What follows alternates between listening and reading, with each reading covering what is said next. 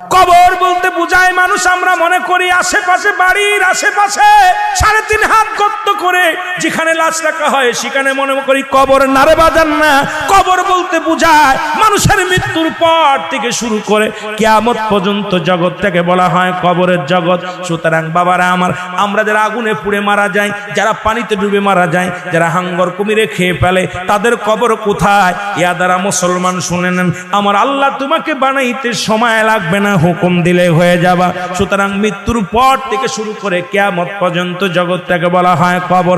এই কবরে যেদিন শোয়া দিবে, 1 নম্বরে আসবে একজন ফেরেশতা, তার নাম হলো নোমান ফেরেশতা।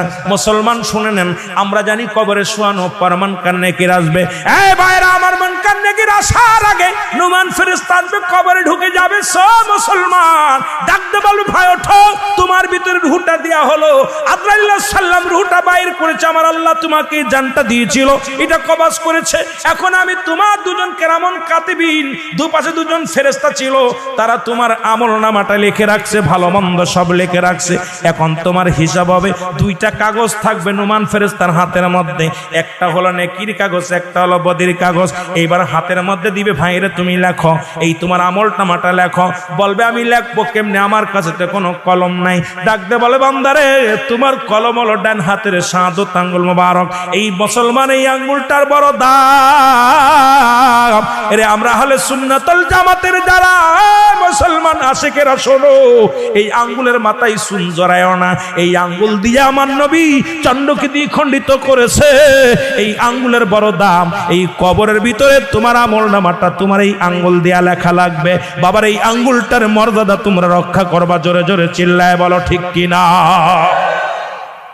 এবার ফেরেশতা ডাকতে, নোমান ফেরেশতা ডাকতে বলবে, এ বান্দা, এই ডানাতের শাহাদাত আঙ্গুল মুবারক হলো তোমার কলম।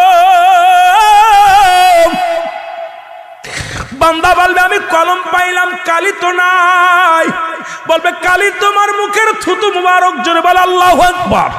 এই মুখের থুতু মুবারক তোমার কালি। আমি আপনাদের 2টি পায়ে ধরে বলে যাই, এই মুখ দিয়ে গাজায় টান দিস না, এই মুখ দিয়ে মদে টান দিস না, এই মুখ দিয়ে বিড়ি সিগারেট খাস না, এই মুখ দিয়ে কাউকে গালি দিস না। এই মুখটারে পবিত্র রাখ। মায়ের গর্ভে যখন ছিলাম, মায়ের নাভির সঙ্গে তোমার নাভিটা জুড়াইয়া দিছে, কারণ এই মুখ দিয়ে আমার নবীর দুরূদ পড়বা, এই মুখ দিয়ে কোরআন পড়বা, এই মুখ দিয়ে আল্লাহর জিকিরি করবা। এই মুখটা দিয়া কেমনে তুমি গাজার মধ্যে টান দাও, এই মুখটা দিয়ে কেমনে বিড়ির মধ্যে টান দাও, এই মুখ